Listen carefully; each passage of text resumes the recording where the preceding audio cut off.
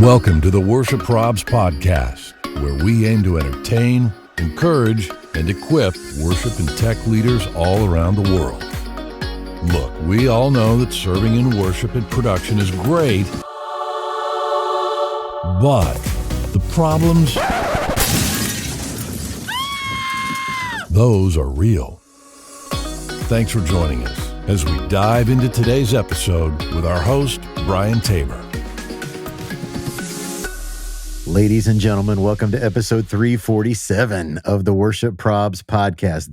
This one's going to hit, y'all. I don't even know how to set this up. It's going to be, you're going to feel like you've been in the ring with Mike Tyson after this, because it's going to be that good.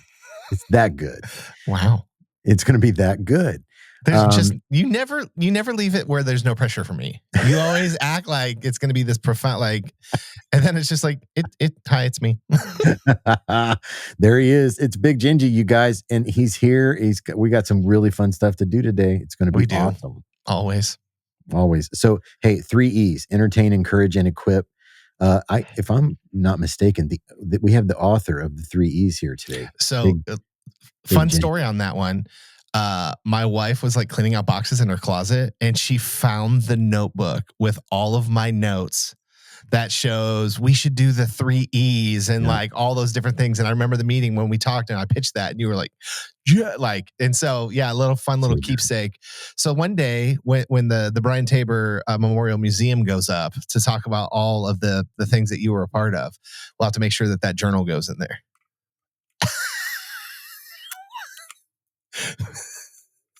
What in the world are you doing? Come on, Iron Man Pez dispenser, man. Dude, aren't those like worth money? Are they? Yeah. Okay. Yeah, like some of those, like you should look it up on eBay. Sometimes like the old vintage ones, you can like get bank for them. I mean, maybe not like, going to the South of France bank, but like, maybe a burger at In-N-Out. Well, you guys, any day with Jeremy is a great, great day. And man, I'm just so glad you're here today. We're going to have a lot of fun. Oh, is it me? Wow. He goes, are you okay to do this run down the top? I go, bro, I'm sort of a pro. I said, we learned how to do this together. And then I botched the handoff. So, okay. Are we on my part, or am I at the head over to Apple Podcasts? Oh, sorry. Yeah, I haven't done that yet. That's my fault. It's my bad. If you do us a favor, head over. We're going to try to keep this on the tracks today, but no, we aren't. You go over to Apple Podcasts. Even if you listen on Podbean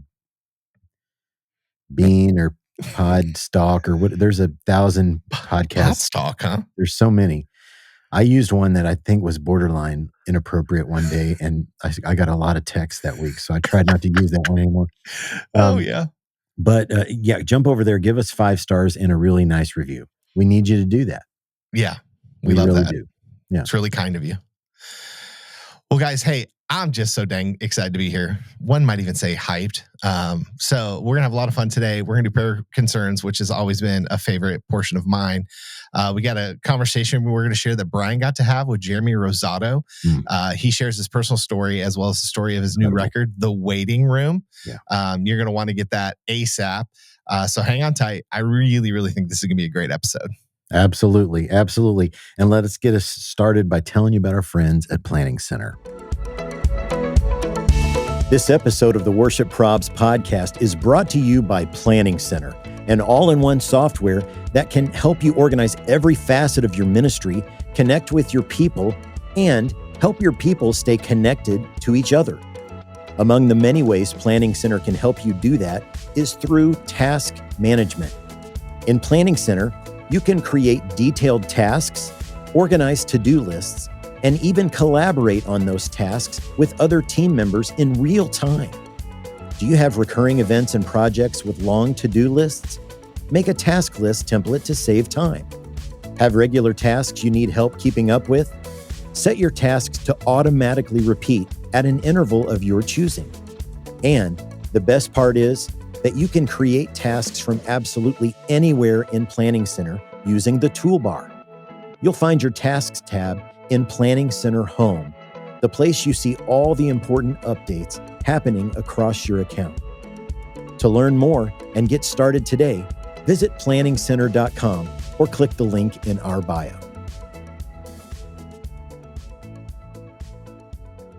Okay, so this is what we call synergistic. Oh. So we got Jeremy Van Valkenburg here. We got me here. This month, we are welcoming a new sponsor to the Worship Probs universe, and it is Daniel Connell at DC Pro LVA, Tulsa, Oklahoma. They are killer AVL company, and he is on the pod next week. So what I want to talk with Jeremy about is, we worked together just a couple of weeks ago. Yeah.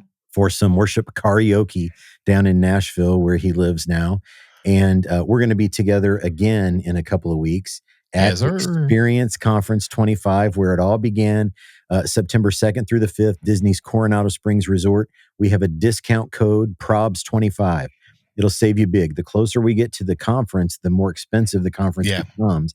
And so use that code, man, PROBS25. It'll save you. So I was just, surfing the web like you do. I hit up the Experience Conference website, and bam, Big Gingy. Yeah, that's a big picture in my head. Leading the pre-conference audio intensive. Yeah, dude. I'm really excited. So I don't know, maybe about a week or so ago, some of my friends that are still part of EC reached out and asked if I would be willing to jump in and help them by leading out the pre-conference audio intensive. The person that was doing it had whatever reason they needed to pull out, and they all kind of said, "Hey, we need to have Jeremy do this." And it is a real just moment for me because, I still have the notes on my phone for the first one of these I went to at the Experience Conference, where I learned about compression and gain structure. And it was this specific audio intensive that pushed me further into the path that I'm on now with audio.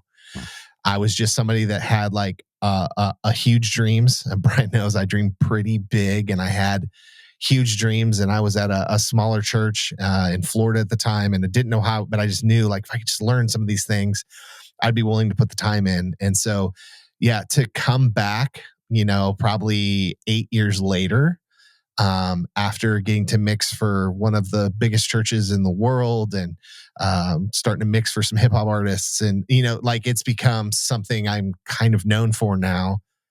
I can take all of this back to learning about what a compressor is actually doing at the Experience Conference. And so, really just a huge moment for me to get back and do this. And man, if you know me at all, from those first 90 some episodes Brian and I did together, my heart for production goes so much deeper than the craft itself.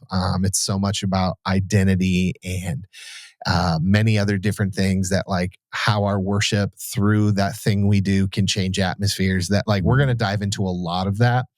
And so this intensive, it's really it's for, day one, it could be, I'm a pastor and I just need to understand more of what my team's doing, or I'm a pastor and I have to be the one that's setting all this stuff out. We're going to stay very base level of signal flow, understanding digital consoles, all of those different things. And then day two, we're going to have some fun, and we're just going to get to mixing. DC Pro has just so kindly sponsored it. And so they're sending us out an L Acoustics PA and a Yamaha DM70X. And we're going to have a great space, and we're going to bring up some modern worship tracks, and I'm going to just teach you guys my approach to how I do that. And then we're also going to have some fun with some other tracks later on in the day. Lots of time for conversations, lots of time for hands-on. I think there's only room for 40 people, and it's beginning to fill up. So get a lot of time with me. I know Brian's probably going to hang out. I kind of said, Brian, you should come co-host this thing with me. We just have a really good time. And I'm sure Daniel Condo's going to pop by, and it's just going to be a lot of fun to, kind of start with a real high end level of this, and then really kind of dive in deeper on the next day of the art of mixing and how to let your worship come through your mix. And I'm just very excited to do it, and excited to be back to the Experience Conference. It's been about 5 years since I've been able to go back. So we're just super hyped. Hey, Jer, will Dante be there? Dante will be there. What a rascal. He's sort of the native protocol that Yamaha talks, but Dante, I have such a love for Dante and a hate for Dante, because when Dante is on point, I'm telling you, he's the greatest thing in the world. But when Dante is misbehaving, he can take everything down. Yeah. Well, okay. He's a squirrely rascal. It's been, like Jeremy said, it's been 5 years since you've been to Experience. Yeah. I was not there last year.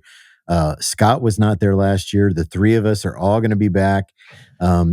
So you need to go to this pre-conference audio intensive and learn from the GOAT. And I would say that if you weren't sitting here with me. I mean, Jeremy kind of sets the bar in this realm, in church world especially, and you got a chance to learn from the best there is, and then hang out for the rest of the conference. Yes. Scott and Jeremy and I are coming back together to record a live episode of our podcast there with people in the room, it's one of my favorite things that we do.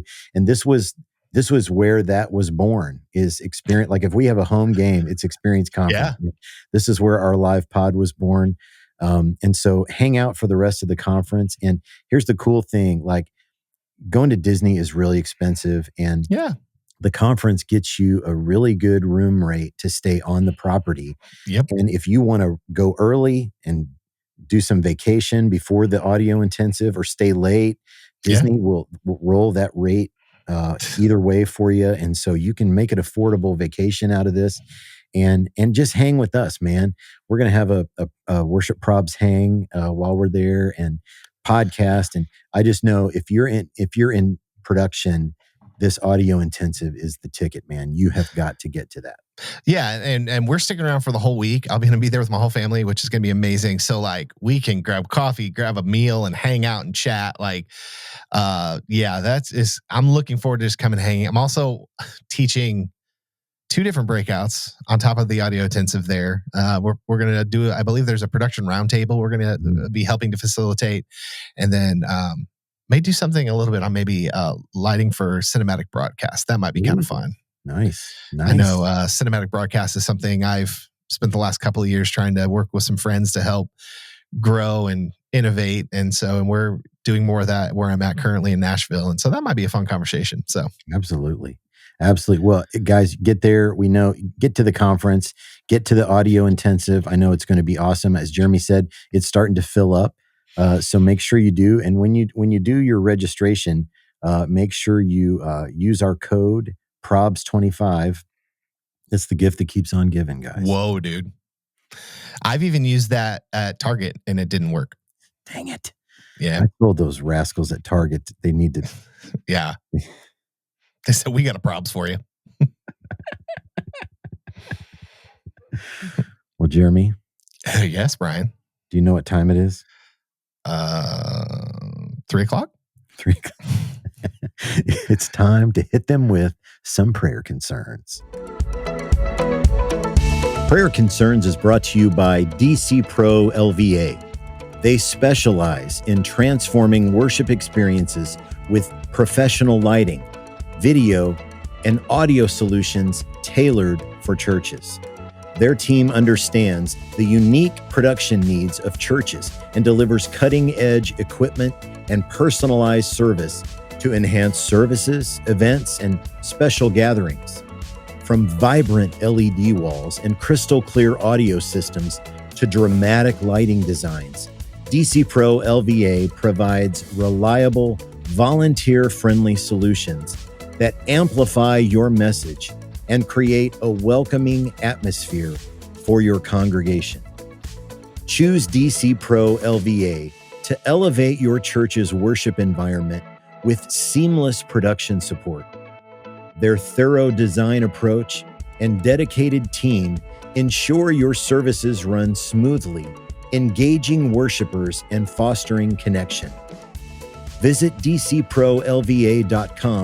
or find them through the link in our bio to explore how their customized solutions can equip and empower your team, making every moment of worship unforgettable.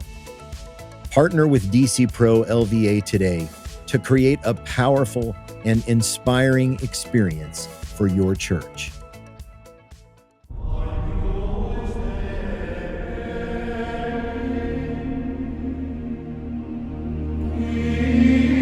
So guys, back when we started this podcast, it was October of 2018. And we thought it'd be really funny if people send in like the roasts they get from their church members. And honestly, I don't know what I thought. I didn't think it would last 7 years. Has it been on every episode of some sort of version of this? Every single episode, yeah. And this is episode 347. And So people are still sending them in. Let's just say, what would you say the average is? 5 per time? Yeah. We started off doing 10. Oh my gosh. And then that just felt indulgent, I thought. So we cut it back to 5. But yeah, at least 5 every time. So 5 every time times 347. That's math. I don't do that. But that's think about that. That is so many things. It's a lot. It's a lot. And so, people, they've got a license to share. They like to tell you what they thought. Yes, they do. And sometimes they'll use that "How can we pray for you" section of your live stream chat or your card in the seat back or YouTube, whatever. And, people send these in to us anonymously. We'll never share your name or your church's name. Go to the website, worshipleaderprobs.com, click on prayer concerns up in the menu and just submit yours there. Or you can DM these to us on any of the socials. So let's dive right in. Prayer concern number 1. Recently got a comment that said, "It would be great if you would sing songs that aren't so repetitive." And we had just finished King of Kings. That's maybe the least repetitive worship song. A lot of words. Yeah, that's up. That's incredible. Do you like repetition? Do you like that? I think it depends. I mean, I grew up in it. Back in the day, like we didn't have long worship songs. I mean, it was just that like 7-Eleven, take 7 words and sing it 11 times or whatever. So thank you, sir. Sorry, my guys just brought me some coffee. I love it. Take note, Worship Probs Nation. No, just kidding. Okay, prayer concern number 2. This will speak to you. We recently decided to use haze. We tried to be very minimal with it to ease into the change. However, an older gentleman said as I walked by, "I guess if you can't get rid of us old people, you'll try to smoke us out." That's my favorite one ever. Oh my gosh. Okay. Try to smoke us out. That kind of made my entire day. I'm not going to lie. That was... I cannot wait to tell my LD that one. Yeah, man, absolutely. That's smoke us out. Phenomenal. Okay, number 3, prayer concern number 3. Last year in our VBS, we had a different rendition of the song "This Little Light of Mine," which ended with everyone shouting "Shine." To this day, one of the volunteers from VBS will silently shout "Shine" at least once a month after a random song, just loud enough that I can hear it. Do you know how hard it is to sing 10,000 Reasons while holding back 100,000 tears of laughter? That's incredible. Dude, holy hecklers, I'm here for it. I am here for that, dude. I love it. So years ago, I was preaching. When I finished the prayer at the end, my grandma stands up and starts going, "Bravo, bravo."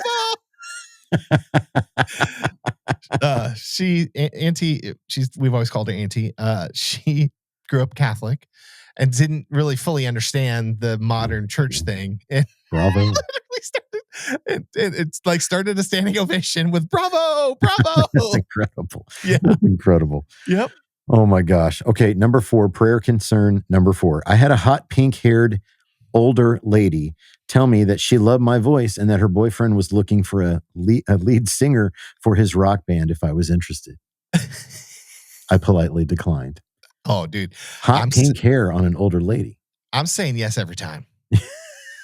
Like that's an adventure that I don't want to have FOMO of later on in life. Like, what if I had said yes? I wonder what would have happened there. Yeah, we could have been opened up for Sting or something. That's right. That's right. Okay, here's the last one, the bottom of the pudding cup, prayer concern number 5. An older man in our congregation said, "I like that new girl on the worship team. She doesn't wear ripped jeans, so I can tell she's spirit-filled." That's incredible. That's really incredible. Oh, fam. So those are prayer concerns. Please send yours in to us. We would love to get those, and we may just share them on a future episode of the podcast. And you'll always be anonymous, as will your church. Well, I got to have a conversation recently with a killer artist, man, and he has lived an unbelievable life. He's got a new record coming out, and I know you're going to love him. Let's dive into my conversation with Jeremy Rosado. Today's conversation is brought to you by New Life Ministries. Since 1988, New Life Ministries has been a trusted source of hope and healing, offering Christ-centered resources to people in life's most difficult places. If you've ever felt anxious, burned out, overwhelmed by ministry, or struggled with addiction, grief, depression, or trauma, New Life is here for you. They equip leaders like you with biblically based counseling, powerful workshops, online courses, and a nationwide network of Christian therapists. Whether you're walking through something yourself or want to better care for those you lead, New Life has real help for every season. Click the link in our bio to explore the tools, support, and life-changing guidance that can bring lasting freedom and healing. New Life Ministries, transforming lives with God's truth and grace.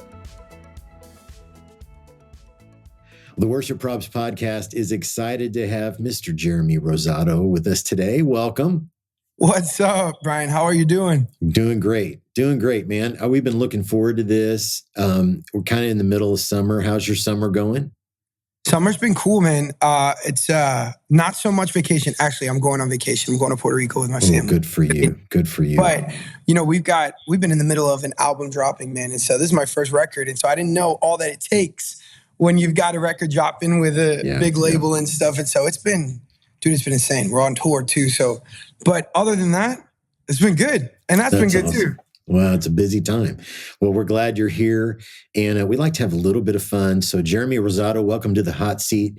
I've got 5 rapid fire questions just to kind of get to know you a little bit. So, okay, number 1, burger or salad? What are you picking? I want a cheeseburger all day long, every day. Me too. My wife would say salad. I was going to say for me, but I need burger. It's the protein, right? Protein is like the buzzword. I got to have the protein. Do I like the carb that goes with the protein? Oh gosh, yes, absolutely. Okay, number 2. What's the last song you played on your phone? Ooh, can I look at it real quick? Absolutely. Okay, so. I just realized she's actually a label mate of mine. Her name is Claire Leslie. I don't even know her. Sure. We don't even follow each other. She's got a song called Thank God. Thank God I'm Not Alone, I think. She released this a stripped down version. Dude, I've been listening to it every day. Nice. The song is so special, man. Love it. I'll check it out. Number 3, if you were going to pick a superpower, what would you choose? I want to fly. Oh, you can't see it now because I've got long sleeves on, but I've got an airplane tattoo, man. That was always nice. That was the other dream. And so if I could get a superpower, I would just be like, God, let me fly. I love it. Okay, number 4, what's your favorite comfort food? Oh, I'm going to sound so Latino when I say this. Love it. Listen, my mom's like rice and gandules, which is like a very Puerto Rican dish. It's just like Puerto Rican rice, essentially. So with anything is cool. Yeah. But as long as there's a side of rice and gandules, rice con salchichas, arroz con... Yeah, so it'd be like arroz con gandules or arroz con habichuelas, whatever. Any version of that. Right. Yeah. Man, we need to go to see your mom together. I'd like to get some of that, man. Dude, it's funny. She'll come to shows and my guys will be like, where's mom? Where's the food? Is mom cooking? I love that. Okay, what's a little known fact about you that people might find hard to believe? Oh, okay. It's probably not hard to believe because if any of my people or my followers are watching this too, I'm like Mr. Christmas. Christmas is my favorite thing in the world, man. And so it's like Jesus, my daughter, and then Christmas. And it's I'm joking. I was gonna say it's very close. It's not. Sorry, man. I keep my tree up till March. It's my vibe, man. It's very odd. We're celebrating Christmas in July right now. Yes. Maybe they'd be surprised if they don't know me. I love it. Well, thrilled to have you on. And we got some exciting stuff to talk about. You mentioned a little bit up at the top there. But as we're jumping in, I'm wondering if you can tell us a little bit about your story. I mean, you've had some incredible things happen in your life. Huge top 12 American Idol, opening for Andrea Bocelli. Come on.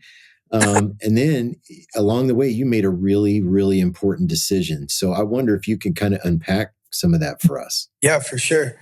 Dude, God's been so good to me, man. When I hear you say it, like kind of just giving the synopsis, it's like, wow, I feel like I've lived 10 lives. And honestly, I think I have.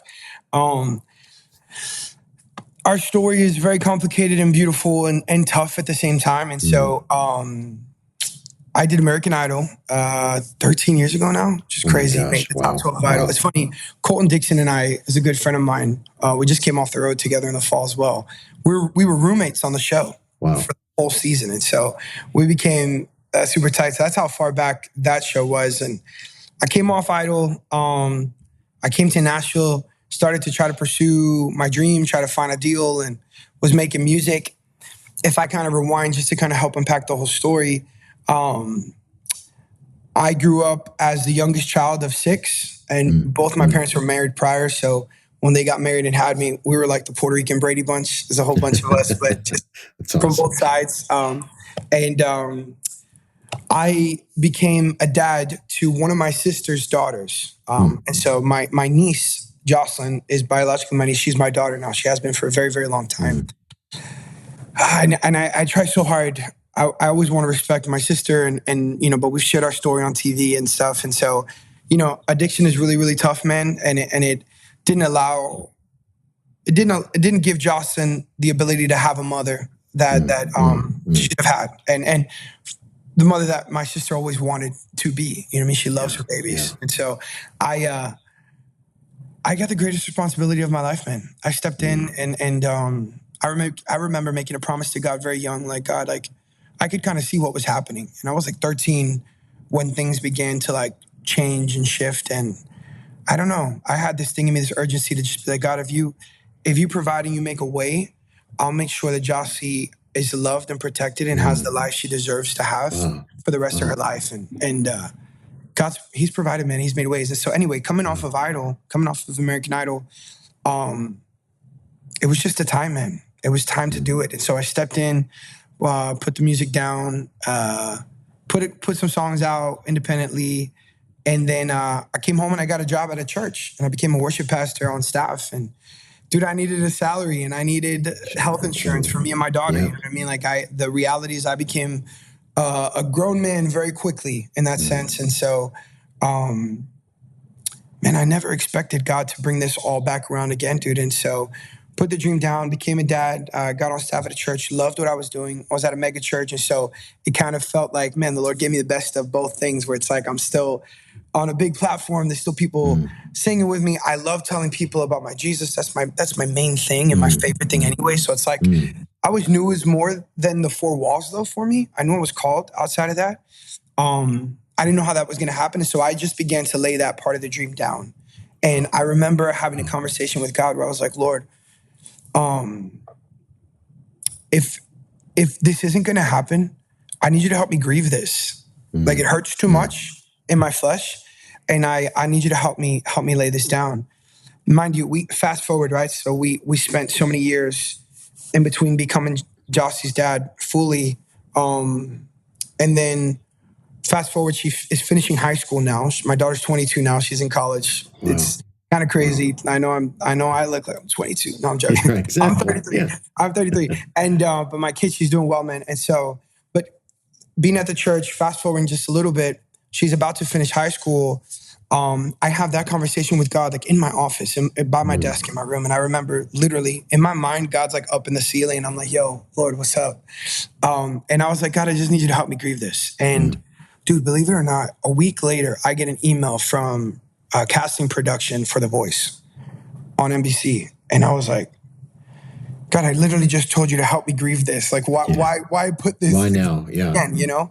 And there's no way they're going to put me on this show after we had such a good ride on American Idol. Yeah. Back then, it wasn't normal for you to be able to do both shows. You know what I mean? Yeah. They were kind of like, it was like if you did Idol, you couldn't do The Voice. Now, that's a different world. And so, dude, I don't know.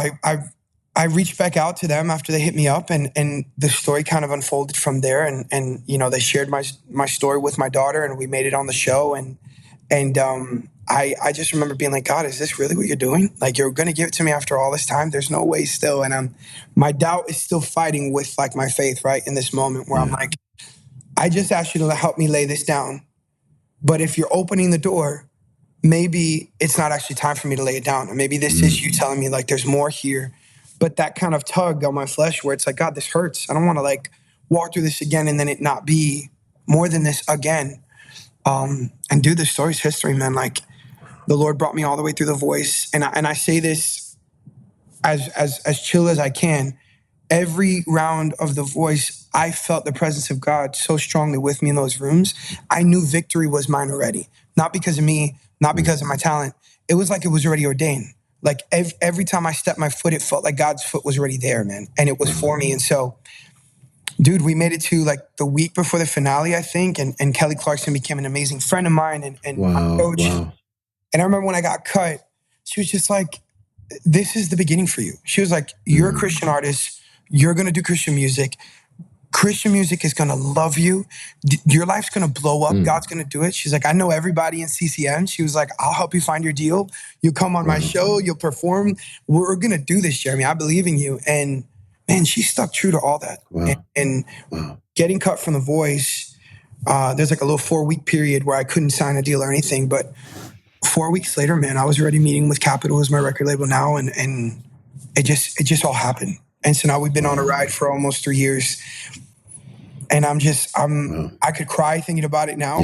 Because I am crying thinking about it. Oh my gosh. And I joke about it. I'm like, man, I feel like a Puerto Rican, I feel like Latinos, we just cry all the time. But it's like, my God, every bit of sacrifice, every bit of God, if it's not this, love is the motivator for me. My daughter's the most important thing here for me, God. And like, whatever this looks like, the fact that he would be so intentional to like redeem it and bring it back and do exceedingly abundantly more than I could actually imagine, man. Like, this wasn't supposed to happen for Jeremy Rosado. You know what I mean? But it was because it was God ordained. And so, dude, I'm living in like joy now. Like every interview I've done, man, I've been crying all week. We were doing a bunch of like press and stuff. So I'm sure by the end of it I will, but I feel so much joy because I'm just sitting here like, what are you doing, God? You know what I mean? Like, when did this happen? And I don't deserve any of this, but you've been so gracious to me. Yeah, man. And it's been a journey. It really has been a journey. What an incredible story, man. What an incredible. So how old were you when Jocelyn became your daughter? I think I'm 33 now. It's been about 11 years, about 22. Okay. Really. My word. Wow. What an early age to step into something like that. So, man, way to go. Way to step up for your family and for her. And I know God's used you and will continue to use you in her life. What a powerful story, man. Thanks for sharing that with us. You got a new album dropping, The Waiting Room. How appropriate. How appropriate. And you've teased us with some killer singles so far, man. So, like, what are you excited about with the new music, and what can we expect from the rest of the record when it drops?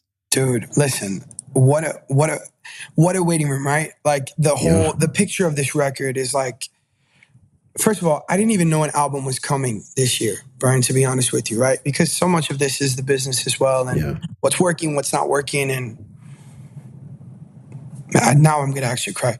It just, now that I look back and I'm like standing outside for myself for a second, like looking at this record, knowing it's dropping, thinking like, man, God knew this whole time that this season, all these songs would so perfectly align to create a record. And even though I didn't know yet, like he was already where I wasn't yet. He was already in the rooms that I didn't know. I didn't know what was coming, but he allowed me, he gave me these songs that would all work perfectly for this record. The album's called The Waiting Room. And if you guys know now a bit of my story, it goes all the way back since I was a kid and going to Idol and then putting the dream down and then going to The Voice and that happening and then coming off The Voice and then signing my deal and putting a song on the radio, and that did well, but it didn't do everything we hoped for, if I'm honest. And also I'm not like my team would be like, be more the artist, don't be so honest. No, Come and See was beautiful and God used it, but in a business sense, it wasn't my big hit, you know what I mean, that everybody hoped for right away. And so here I am feeling like, God, you gave me this, but yet it's still, why am I still fighting for this? You know what I mean? Why is it not just taking off? And dude, we've been touring for 2 years. God's brought provision I've never seen before. Like, if you ask anybody in the industry, you'd be like, how is it that Jeremy is touring over 100 days a year and like having a full living off of this? I remember meeting with a management company because I was looking for new management and them telling me, so like, do you have a side job? Like, are you Ubering or something? I was like, no, we're actually like, this is my only thing. Like, God, praise God. Like, this is working. But I think because it wasn't the way everybody thought, the perception was like, you know, he must still, it's just not actually working. And dude, God is just, he sustained it, but I've been waiting for the rocket, you know what I mean? And so I'm also okay with being the guy that is the underdog. It's kind of like the story of my life in a fun way, I guess. It sucks sometimes, if I'm honest, but I am the guy that will work as hard or harder than anybody in the room. And I don't know, something about me. I have full dependency on my God.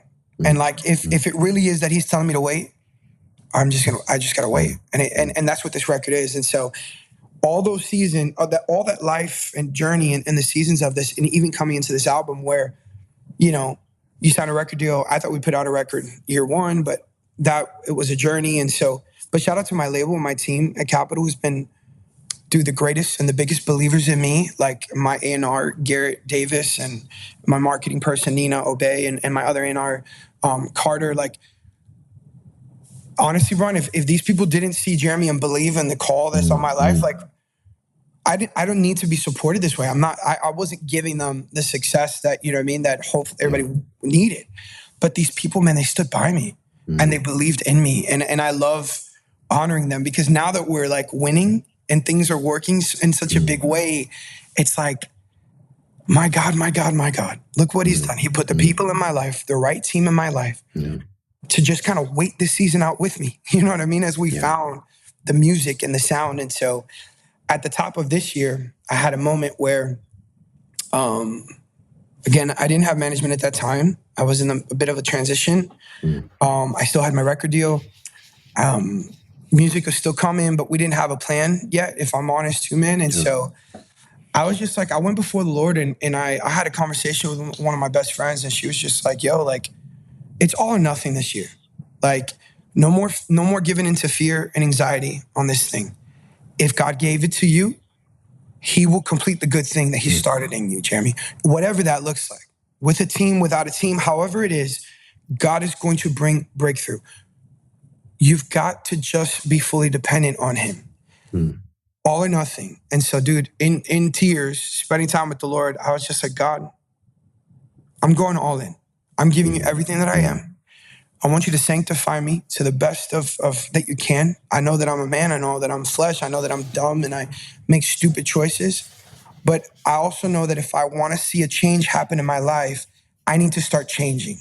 So here are the things I'm asking you to help me strip from my life so that I can actually step into what would feel like the cloud of glory, so that you could open up the heavens, God, and that you could breathe on this thing so that I could go.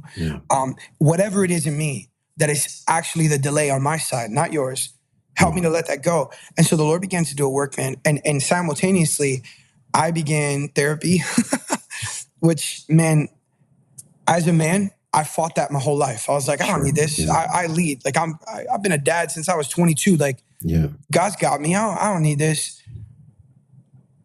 Again, my team, end of last year, was just like, hey, what do you think about this? I think it would be good for you. You know what I mean? Just for your mental health and stuff. And shout out to Jackie, my therapist, man. Like, that's been one of the best decisions of my life. And so Jesus and therapy and just focus and just all or nothing. And so also, man, I worked really hard and I dropped 135 pounds this year, like from January to January. And Good for you. On top of just Jeremy as a man, like in my whole health, it just kind of all shifted and aligned at the same time. Like I was just tired of being tired. You know what I mean? Yeah. And dude, God met me at the beginning of this year in that whole situation, man. And so I coming out of therapy, I was like, man, I really want to write a song to help little Jeremy heal.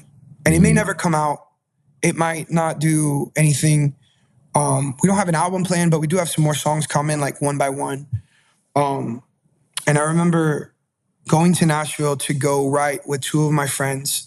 They wrote a bunch of the songs on my record with me, Colby Wedgeworth and Justin Richards. They wrote my song When I Meet Jesus as well, which is like the focus track on the album. And I remember how much of a safe space it was to write When I Meet Jesus with them. So I knew I needed a safe space to write Hero in the Room with people. And dude, I didn't even know what it was going to be. I was just like, fellas, this is what it is. This is what I walked through. And so we sat for hours just crying. These are the things I went through as a kid. I need little Jeremy to heal. This may never come out. You might be wasting your time today. This may never be a radio song. It might not be a stream song. You may never make money on this ever. But because you love me, I love you. We have friendship. Would you write this with me? And they did, man. And we dug in that day.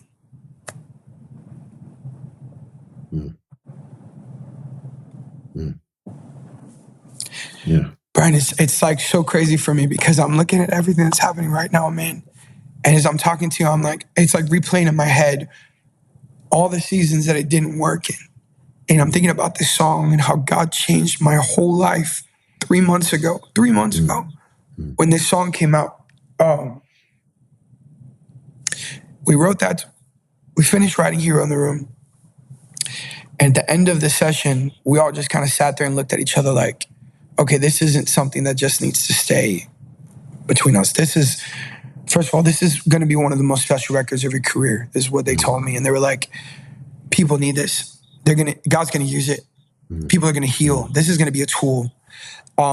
And believe it or not, man, this sounds like I'm lying and making this up, but I had a meeting with my record label that night already scheduled. It was like at 8:30 p.m. dinner, me and my A&R. And I told Colby, I was just like, bro, I'm about to go meet Garrett. Would you get this to me like in 10 minutes, bro, so that I can play it for him in the car? I don't care how rough it is. He's got to hear this. And he did. And Garrett hopped in the car as we were going to dinner, and we just looked at each other like, dude, there's something so different here. Mind you, like a month before, I had just had this whole like breakdown or crash out, right? Where I was just like, God, it's all or nothing. Like I had a crash out. I went into full surrender. I'm like, Lord, this is what I plan on doing this year. And if you would meet me, you'd be gracious. You'd breathe on this. I would appreciate this, Lord. So that night, I just looked at Garrett. I don't know, man. I felt this urgency from the Holy Spirit. I was just like, G, I know you trust me. I know you believe in me. I know you love me. I know maybe I'm not the biggest artist at Capitol. Maybe there's no reason for you to listen to me when I'm about to tell you this. But I need you to put this song out in like 3.5 weeks instead of the song that's coming. And if you're signed to a major deal, like to get a record out without 4 to 6 weeks in advance is a very tough thing. And mind you, we just wrote it 30 minutes ago. We had just finished the demo. There was nothing about this ready at all. Wow. And he just kind of looked at me like, he's like, this is amazing, but bro, like there's no way. We already have another song that's on the record that was supposed to come out called The Lord Is Good, which is an amazing song. But I just felt this urgency. We left the dinner. The next day, we went to the label, and me and Colby are recording a different song. And I was just like, Colby, let's start tracking it. We're just gonna do it. I'm gonna get somebody to put this record out. So, dude, we recorded the vocals in that, like within 30 minutes in the studio at Capitol when we were supposed to be doing another song. And then I ended up meeting with the team again that day, and they just looked at me and said, you know what, let's just go. It's like, if you believe in this, we believe in it, we believe in you. Let's take the chance. Let's just do it. And dude, so we had 3 days to get Hero in the Room finished, produced, mixed, mastered, cover art done to be turned into Universal Music Group, right, to the label, and take the other song out that was already sitting there ready to go. Shout out to my team, man, to Garrett, to Carter, to Nina, who stepped in, and to Colby, who jumped in and produced it, and everybody who was a part of that record. It was a 3-day turnaround, and we did it. Wow. And this was before that song took off. That night, I posted a video, and the song began to like go viral overnight. I didn't know yet what was going to happen. There was no proof in this pudding. There was no teaser out. There was none of that. It was me being obedient to what I felt God was telling me to do. Me feeling the urgency from the Holy Spirit. Me being bold and being like, hey guys, this is what needs to happen. And a team that believes, man, and we did it. And Hero in the Room, by the time that record came out, I think, I don't know, I think the views, they were telling me yesterday, I think Hero in the Room has like more than 20 million views on social media. Wow. It changed my world, everything overnight. Before the record came out, it had over 9,000 pre-saves on a song, on an artist that didn't have a fan, like nothing, a base. Like there was nothing really happening, man. My social media started spiking. It was like 500% up year over year within a month. Wow. Everything blew up. And then that song came out and it changed everything, changed the trajectory of everything. But it was what God told me it would be. Yeah. See, there was like something in me that shifted at the top of the year. And God honored that thing and those practical things and that full surrender. And he breathed on this thing. And more importantly than the numbers, right? We need that because you need to be successful in this business. Like, and I get that. But I've watched Hero in the Room become people's lifeline. I've seen it. You'd say 20 million. Could you imagine the amounts of messages and comments? There's just no way to see everything that's come in on this song. But the main things are like, thank you for putting in a song the words I could never say. Thank you for being honest about something that was killing me on the inside that I couldn't. I'm in therapy now because I found this song. God's used this song, has changed my life. Dude, everything. And then and that just started building something for me. And then people started finding out who Jeremy was. And mind you, dude, we're almost 3 years into this thing, right? Where we're like waiting, God, like, what's up? And that opened the door for the album. And so one song that I took a humongous chance on that wasn't even written, God, oh man, he's always been the hero in every room, even when I didn't know it yet. And the bridge of that song, man, when I think about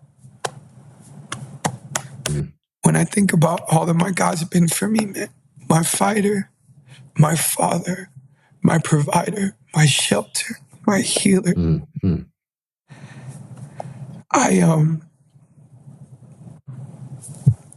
It means more to me than I can even say. And so Hero came out, and within like 2 weeks of that, the song had already passed.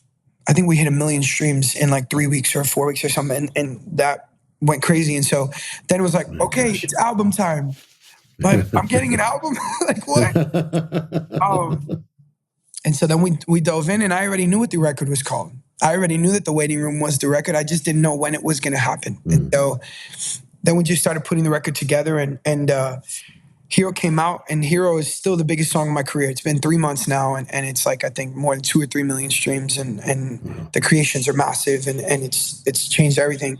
But then I wrote one last song before the album dropped with my friends, Jamie McDonald, do you know her? And Bay Turner, and another friend named Derek. And I remember texting Jamie and Bay and just being like, I need one more song for my record. Family situation, if you know the story I mentioned earlier, it's not great right now. And whether there's healing on this side of heaven or not, I need to write one more song to say just like, I know you feel all these things. I know you're tired.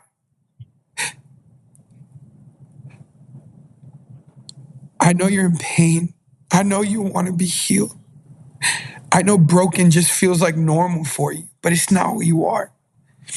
And no matter what, I'll keep believing God for your life Let's keep holding on.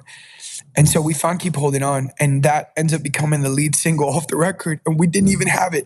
What I'm trying to say, Brian, is just like, it was the biggest setup by God. All of a sudden, he breathed on a song, then the next song, and then Keep Holding On. Before that song came out, they tell me it passed more than 20 million views on its own. Before it dropped. It's only been out 2 weeks now. Or 3 weeks, which like, what? You know what I mean? Or maybe it's been 4 weeks. I don't know. It's less than a month, it feels like. And that song ended up having, and I only know these numbers because I was with my team yesterday. I don't know what the percentage was, but it was actually a bigger first week opening than Hero, which was already the biggest song of my career.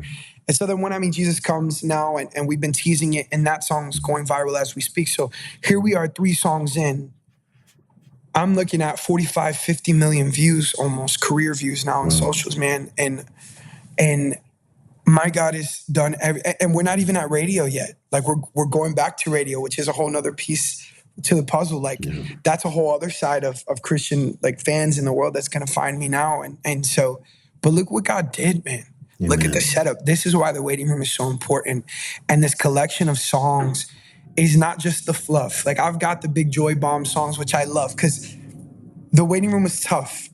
That season, man, sitting for what felt like in an actual waiting room, watching peers of mine that I love get their names called and their number called, and feeling like the nurse is coming out and calling you in and going to see the doctor. And I'm like, and I want that. If you know me, you know I'm the champion of every friend I have. Like all my artist friends, and I want that, but I was sitting here like, God, when do you call my name? You know? And now being here, watching him call my name, realizing, oh my goodness, I had to walk through this so that the story and the testimony of this album would save somebody's life. As they're in what may be the hardest waiting season that they've ever been in. And so the collection of these songs is so important, man. There are the fun, like I said, big pop moments of like Glory to God, which is a huge song. And I love that song. And yes, there were moments where I would want to go past the fact that God did incredible things. Like, what do you mean Come and See was a top 25 Billboard radio song? I never had that in my life. That's amazing. I should celebrate that, but I wasn't able to because I was in fear and in pain of like not seeing what I thought was successful. And that this record is a collection of all those things, the moments of giving God glory, the moments of celebration, but I didn't want a fluffy record. I wanted an album that spoke about the frustration in my soul, the pain that it felt sitting, because those are honest things we walk through, man. And I feel like that honesty was the piece of my music that was maybe missing up until Hero. And this is why, on top of all the other things and God just doing what he's doing, it's connecting in a way that I've never connected with people before. And I'm so excited, man. I'm crying. I'm celebrating. I'm laughing. It's a good time, man. Man, it's contagious. Just so you know, just hearing you talk about how excited you are about what God's doing is inspiring and contagious. So, man, we can't wait to hear the rest of it. We're cheering you on, and I know it's going to be awesome. It's going to be awesome. Thank you so much, man. Well, guys, if you can totally get why we love Jeremy Rosado. So if you're listening, we're going to get to the big room question here in just a second. Make sure you go follow him. I am Jeremy Rosado on the socials, and grab your copy of The Waiting Room, his new album. As soon as it drops, it's gonna minister to your soul. And there, a lot of people walking through that kind of frustration or waiting. It's taking a long time. A lot of people walking through seasons like that, and I can't wait to see what God's going to do with this. Okay, so Jeremy, we end every conversation with the same question. We call it the big room question. Okay. So if we could gather all the worship leaders and all their volunteers, all the production leaders and all their volunteers, and we got them all together in one big room, and we gave you a microphone, what would you feel compelled to say to them about what we do in the local church? Oh my goodness. First off, I love the local church. That I come from being a worship pastor. Dude, something I would tell my team then, and I would say too, in the big room, right? This question, I would say, don't get so caught up in making this thing happen that we forget what an honor it is to be able to do this. Amen. We're hosting the presence of God in a room in which, in that funnel, in that picture, people's lives are literally changed. And so I would say a little less stress on things that don't matter and a little more intentionality on things that do. And that is, for me, Holy Spirit first, everything else next. And so I think those are a couple things I would say. I would also say that, like, I grew up in a church that was very, very, very Pentecostal. You probably can tell I'm very charismatic, very Pentecostal and very almost emotionally driven to an extent, which is, it's beautiful to be emotional. I'm Latino, that's who we are. But it was so much so that we would lose the excellence of what it was like to do this thing. And then I kind of flipped and went to a church where it was so excellent, kind of missed this piece of it. I think something happens here when the two things collide, in which it's Holy Spirit more important, but the practical things that we put in place and just say, God, this is my offering to you. I think the word is not magic. I don't like using that, but like it's explosive, in that way. Special things happen in that little piece of grace, I think. And so, yeah, man, that's what I would say. Boy, I love that. I love that collision, man. That's a great picture. Boy, that we would all live in that. Live in the collision. That'd be what a beautiful. I think you just gave me a song. There you go, brother. You're welcome. Man, you guys got to go follow I Am Jeremy Rosado on the socials. Grab your copy of The Waiting Room. He's headed out on the Waiting Room tour as well. So get tickets, go see a date. I know it will bless you. Jeremy, man, your family now. We got to do this again sometime. And really, really appreciate your heart and really appreciate the time. We're cheering you on, brother. Thank you so much, man. I really appreciate you, fam. God bless you guys.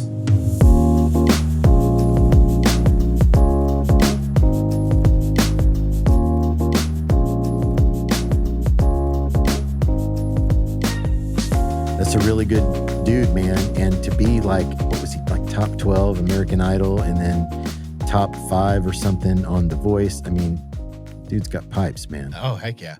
Yes, he's got pipes. Well, guys, we're really, really grateful that you took a little time to spend it with us today. It's episode 347. A lot of fun, bro. Hey guys, remember to hit subscribe wherever you listen to podcasts, and just do us a solid. Go over to Apple Podcasts and leave us a 5-star rating with a really nice review. That is a huge help for us as we're spreading the word about the podcast. It helps with the algorithms and all the fun stuff. And it gives Brian something to do when he's sitting on his back porch. He just can grill the meats with the little pup next to him and just scroll through the dude, how many reviews do you have now? That's a great question. Is it like greater than 500? I think so. Whoa. Whoa. You got that bookmarked. I don't actually. I don't even know if you can do that. I should know that. I should know that, guys, but I don't. I'm looking. One moment. Please stand by. 805. What? 805? 805. And you still got 5 stars? 4.9. That one doink. I remember the one doink. Yeah. Mm-hmm. Hey, it's okay. It's okay. Keeps us humble. Keeps us on our knees. Keeps our prayer life happy. Yeah. Hey, thanks for following us on all of our social accounts too. You got Worship Probs on Instagram, Facebook, Threads, and YouTube. It's Worship Leader Probs on TikTok, where Brian does all the dances. Totally, if you are not on there right now, there's a new one with Brian Aura Farming. It's amazing on TikTok. So then you'll join the Worship Probs community. You can do that group on Facebook. It's Worship Leader Probs on X, WRSHPLDRPRBS on X. Just look for the hashtag Worship Leader Probs and you can find that account. Yeah, absolutely, guys. And huge thanks to our friends at Maven Media Productions. They're unbelievable. We love you, Allie. We love you, Allie, so much. She is the razor who will cut you with excellence. If you need any kind of help, social media coaching, branding, design, consulting, websites, whatever it is, whether you're a church or a company, whatever it is, they will help you and they'll do a tremendous job. There's a link in our bio for Maven, or just jump over to mavenmediaproductions.com and tell them we sent you. And thanks to my friend Scott Hoke for our intro. Guys, we love you. Thanks so much for listening to episode 347. Until next time, Deuces. See ya.